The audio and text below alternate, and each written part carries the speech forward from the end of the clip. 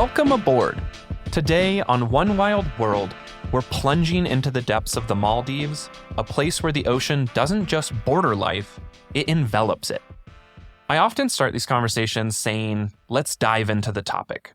But today, we actually get to speak to someone who is doing the diving. Our guide through the underwater wonderland is Oscar Ignetik, a man whose titles barely scratch the surface of who he is. Photographer, scuba instructor, marine biologist. Oscar's story isn't just about diving deep. It's a profound connection with the marine world. It's a journey that explores not just the beauty of our oceans, but their fragility, from the vibrant, threatened coral reefs to the majestic whale sharks that glide through these waters. Shadows beneath the surface tell a story larger than life. We'll hear about the path that led Oscar to become a voice for the ocean's silent giants and the current state of our underwater ecosystems. So strap on your fins and prepare to dive into a story of passion, conservation, and the raw beauty of the deep blue. This is One Wild World.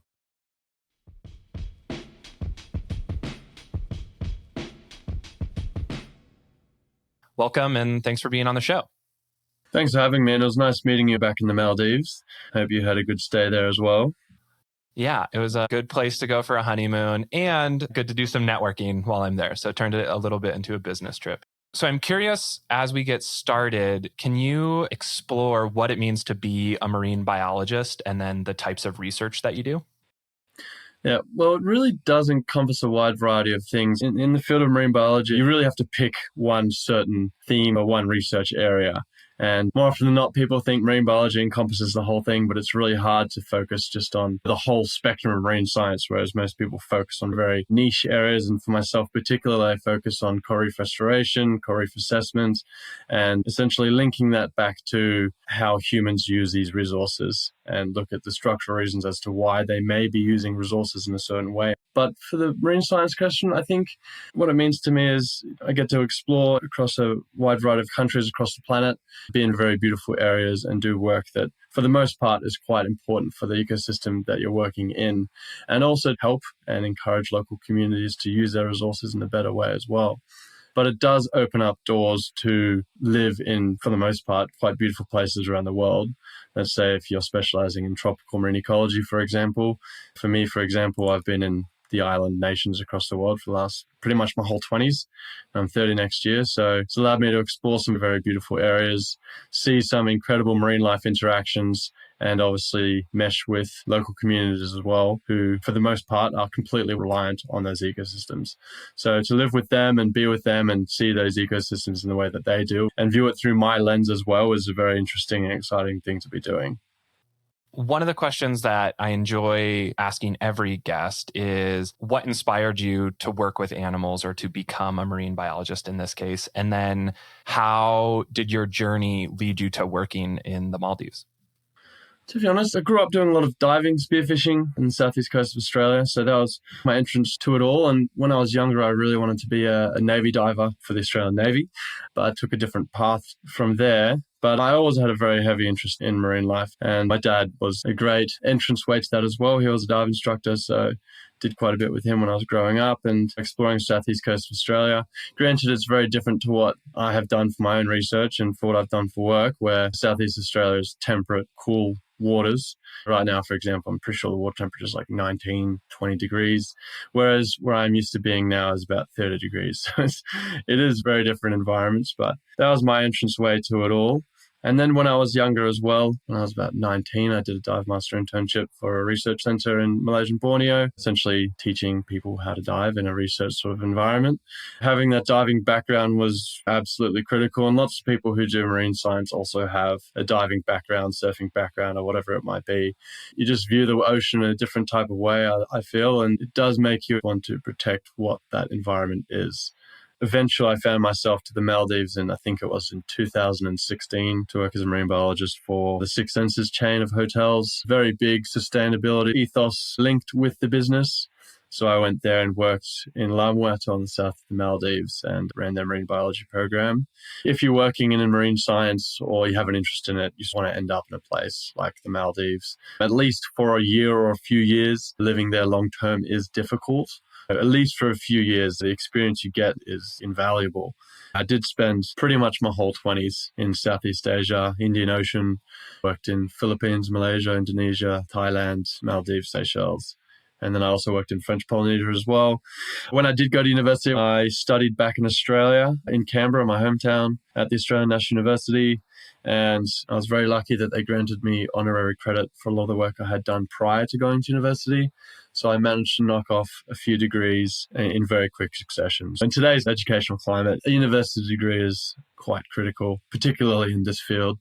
If you want to work jobs that have more of an impact, the degree does help you get your foot in the door. And also particularly a master's degree is, I would say, almost a bare minimum nowadays in marine science, ecology. A lot of people actually require PhDs.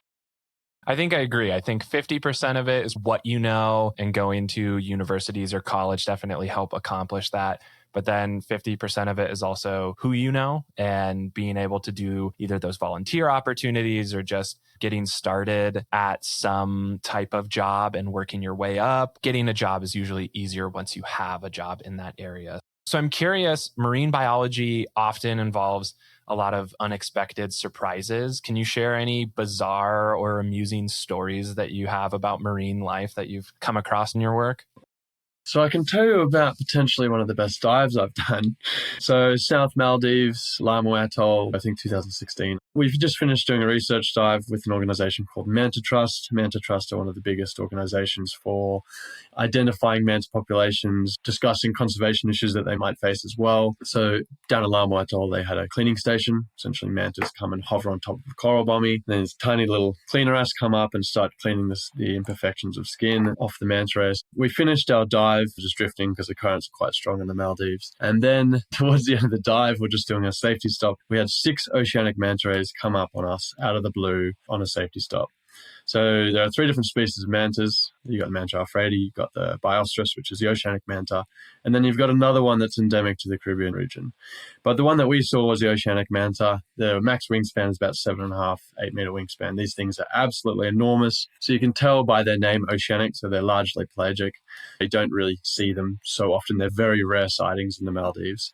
And yeah, we saw 6 in one dive, which at the time was very rare for finding oceanic mantas in the Maldives.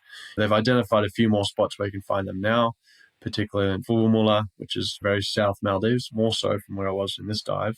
But every single manta that we saw had not been identified yet. So not a single one of these had ever been seen by people or had been identified through photo identification practices. When you're in the water, particularly in a place like the Maldives, you never really know what's going to come up and greet you. And at a time like that, seeing these animals is just completely mind-blowing. The size of them and the pure mystery behind them as well was just like, you want your life to lead just to a moment like that. And if it does, you've done something right. That sounds like a great trip. I don't have tons of experience with diving and snorkeling, but it is very cool just when you see things come out of the blue, literally, in those wildlife encounters and give you a moment where you just have to be present and just take that all in. Most definitely. It's amazing stuff. For those who might not be familiar, can you explain why coral reefs are so crucial to the health of our ocean, and then what makes the Maldives particularly important? There's many reasons as to why coral reefs are so important. I'll touch base on a few of them. The number is innumerable. There's simply just so many reasons as to why they are so critically important. But for the most part, they do provide a primary habitat for species. Coral reefs cover just 1% of the ocean floor, yet they house 25% of all marine life. And a lot of marine life in their juvenile stages will begin their life at some point on a coral reef. Now, these coral reefs also provide this primary habitat, so this sort of 3D structural dimension, if you will. So it essentially allows animals, smaller fish, to essentially live within these structures, get to a point of reaching sexual maturity, so they can then reproduce for themselves. Now, this is absolutely critical to the whole survival of the whole food chain in the ocean, if you will. And if you bring this back to people as well, I think there's around 1.5 billion people are reliant on primary resources provided by a reef ecosystem. Let's say fish protein, for example. Let's look through many different countries in Southeast Asia, Indian Ocean for many decades. They've been essentially surviving on the resources provided by coral reefs, which is essentially their major protein source. And once again, if these ecosystems collapse, they're going to be facing essentially massive amounts of climate refugees moving around the world. They've lost their main food source. And in a country such as the Maldives as well, why they're so important, the Maldives is reliant on their blue economy, the economy provided by the ocean.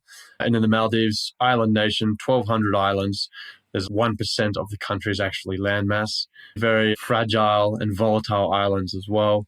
And their economy is tuna fisheries, and then you've also got tourism. But tuna resources, once again, very reliant on coral reef ecosystems. Tourism are also very reliant on coral reef ecosystems. People come there for the beauty of the country, and those oceans and the coral reefs provide that. The Maldives is facing a massive issue at the moment. The reefs are not faring well at all in the Maldives. And this is a common trait throughout Southeast Asia, Indian Ocean. There are pockets of resilience in the Maldives and also across Southeast Asia, but generally speaking, the reefs are not faring very well at all. And now with the El Nino event that's just essentially been confirmed, that will face more difficulties. But main topic of conversation here would be 2016 coral bleaching event. I was there at the time in the south of Maldives. You went from 100% coral cover, beautiful exotic reefs, how you would picture them, to essentially completely dead now in the space of a month. Okay, now that time frame was just unprecedented, and I do suspect that that will happen again during this next El Nino event. Maybe not to the same scale as it did back in 2016, but these reefs are fragile as it is, and they have not yet recovered to any point to what it was pre-2016. The bleaching event prior to that was 98, and then you've got 2016, and then another one will be happening soon, I have no doubt about it. The Maldives is so fragile at the moment. Most other island nations are as well, and you've seen them banding together. If these reefs don't survive, you're losing your economy, and you're also losing your ability to actually live there because it won't exist, which is terrifying. Coral's a lot like the forests in that it just takes so long for that ecosystem to recover. So if you have that huge coral bleaching event, it's not something that can just immediately recover within 5 years. It takes a very long time. And then, like you're saying, if we're predicting another El Nino event to come through and it hasn't had the time to recover, there might be pockets of species that are more resilient to higher temperatures. But still, like if you've had a population decrease from a few years ago and now you're expecting another one, it just brings the population total way down. Yeah, it doesn't give it a chance for them to recover, essentially. They do to some extent, but then a new one comes along and they're already fragile as it is. Some species are showing genetic variations that do show that they are resilient to increased water temperatures and such, but that also has issues with biodiversity. On this topic, nature is an incredible thing, and it does find ways at times to adapt to these changing circumstances. I've seen it already with my own eyes already. The genetic diversity has decreased a lot, but you do have species that are more resilient, genres that are more resilient to this increased water temperature and such, but maybe that will happen on a larger scale. I just don't know. I don't know how nature works. It's an incredible beast. With coral bleachings that have happened, you're obviously seeing a lot of the challenges that the reefs are facing. How do you maintain a sense of hope and motivation in your role? Look, I was an optimist for a very long time. I would say up until 2017, even after that bleaching event in 16, I was an optimist. But just seeing the way of the world and how the political system works, greed trumps all, and this sort of dynamic has made it very difficult to be an optimist. So I have lent more towards the pessimistic scale of things.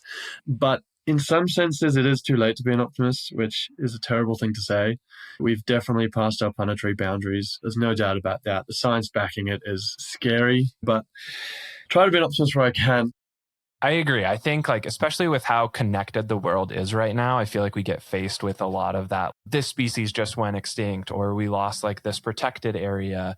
And if you focus on that, I think it is really demoralizing and it can break you down. But I really liked what you said of trying to be an optimist where you can. And so I think there are things that people can do in their day-to-day lives that can help take action towards that, whether it's just learning about the work that's being done. I think that's the value in a lot of this conversation that we're having, is spreading just the awareness of it. But then I think action comes from lots of different places, whether that's donations or volunteer hours or just changing up your lifestyle. I always think of, with marine conservation, the push from plastic straws because they were killing turtles. That probably didn't have a huge impact compared to some of the larger businesses that are interfacing with the ocean. It opens up the discussion, though, and that is important. At least makes people somewhat aware. And once again, with the ocean being out of sight and out of mind, for the most part, people don't really care. Do you have any tips or actions that you would recommend people to take, whether they're within or outside the MPAs? There are a few. From just a normal standpoint, being in the West, you have access to almost anything you want, whenever you want. But limiting your consumption practices to, let's say, limiting red meat, for example, limiting what fish you eat and if it's sustainably caught or if it is not, growing your own food where possible, catching your own food where possible. Like me and my partner, we primarily only eat meat that we catch ourselves. And we do limit other avenues of meat consumption. Agricultural sector, this is arguably the largest contributor to greenhouse gas emissions. But there's so many things you can do. There's just some, I wouldn't say easy, but things you can start considering or thinking about. And also you can volunteer time, you can help, you can learn about this, you can push the voice, but it is a difficult one. You can only do so much, and back certain political parties that do have the chance to make a change.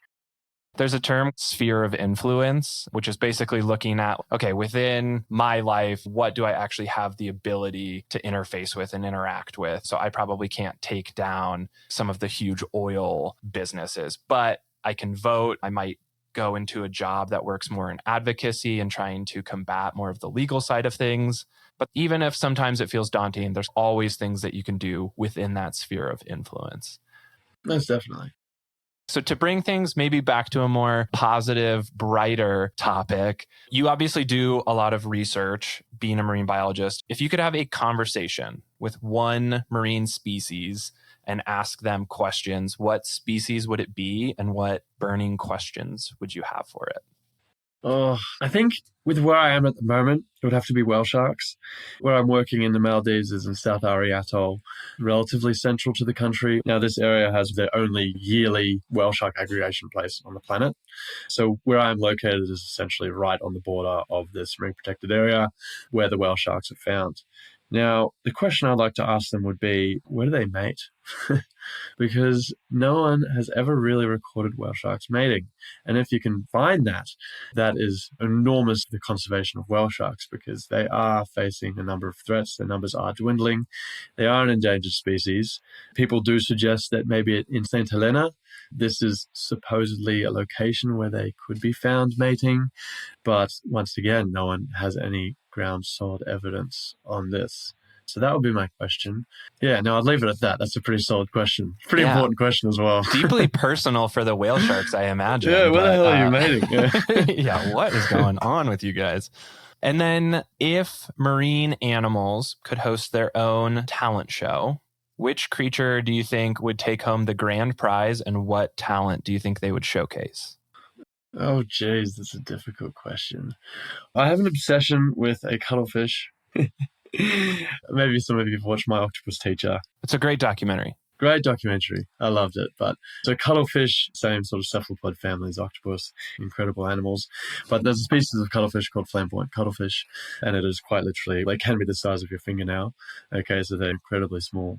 But these things are like, if you get a chance, go on YouTube, type in flamboyant cuttlefish, and just see the color variations and the color changes on this thing. They are the strangest looking thing ever. They also walk, creep forward with their two tentacles. They can swim as well, obviously, but they can like crawl with their tentacles, and their color changes are just so vivid. They will have like waves of lines of different colors running through its skin, essentially, and they're just the most crazy, interesting, weird, mysterious, freaky looking, amazing thing ever. A cuttlefish is a great answer for that question. Yeah. Cephalopods in general would probably take a lot of the talent shows. Incredibly smart. They fit through incredibly small holes and things. Yeah, they're so strange. They're the weirdest thing ever. What advice would you give to somebody who's curious about working with animals or who wants to be a marine biologist or wants to get involved working in sort of the Southeast Asia area? I think obviously having a degree does help a lot. It's not the do-all and end-all though. I think for me, I managed to find a way in without it. I have one now though, but I think, right place, right time is very important. Finding yourself in places that you might potentially like to work in, even just going there and just scouting it out and networking. I went to Southeast Asia when I did an internship at this research center. And for that, I was volunteering. And for that, I did pay to get some experience, which was a good foot in the door, if you will. But you do still need lots of things to go right for you to make your way forward in this field, because I do know many people who have degrees, experience, and so on and so forth, but they do find it hard to find a job. And for the most part, just right place, right time, putting yourself out there. Asia is an incredible place. The countries are so unique. The cultures are amazing. The environment is insane. And just being there amongst it is very important. People try and sort something out before they get there, whatever it is. It's not that simple. Meeting people on the ground is so important. And in this field, networking is everything. For years, I haven't actually applied for jobs. I just get people telling me about them, and then I apply, and then goes on from there. But if you don't have your foot in the door, if you don't know people, it is very difficult to get started in this field. In the marine science sort of side of things, it is very important to have diving credits or diving experience, preferably dive instructor, dive master as a minimum. You would like to have your coxswain ticket, boat captain, being able to launch boats, drive boats, maintain gear. Multiple languages help as well. There's many things you can do, obviously. If you can combine as much of that as possible, the chances that you'll have will be much higher than if you were just to have a degree. Some things they don't actually teach in university at all, things that you'll be doing on a daily basis. Being remote is great, but it also has its downside to it a lot as well. And for the most part, if you're working this career or these jobs, you're going to have to be willing to be away from family and friends for considerable amounts of time, which is not the easiest. But if you're willing to make it work, and they are too, then you can really do some interesting, impactful, amazing things with your life. And I'm very happy that I have done the route that I have, because my 20s were a bloody great time. And I'm happy I did it. It's what the 20s are for anyway. It's just get out there, try a bunch of new things, travel the world, figure out what you like, try new jobs. If people wanted to, what's the best way that they can support the work that you do? Well, it depends on who I'm working for, to be honest. For the moment, I'm working in the private sector, working for a luxury hotel brand, if you will, managing their marine science sort of programs, their CSR fund. But if I am working with NGOs, which is what I usually do, you can give direct donations to NGOs to essentially assist us in our research areas, which is a massive help. And obviously, always NGOs do face a sort of financial struggle, and donations of any type, any size do help these organizations in a massive way. You can really keep up to date with where I'm working and what I'm doing through my Instagram. And if I'm working in the NGO space, I will be very involved with the sort of communication side of things on my own platform as well as theirs, because I do a lot of photography, both underwater and on land as well, which I'm mentioning it now. I completely forgot to mention that earlier. Photography is very important, especially in this field. Gives yourself a voice and gives yourself exposure to people, brands, NGOs. So you can really follow along there. I'll also give a shout out to your Instagram page. Some amazing photography there. Another very good skill that you have. Oscar, thanks for talking today about the work that you do, the importance of it, challenges that you're facing, how you overcome those, deep questions that you wonder about whale sharks. It's all very valuable. So thanks so much for taking the time and talking today. Thank you so much. Thanks for the chat.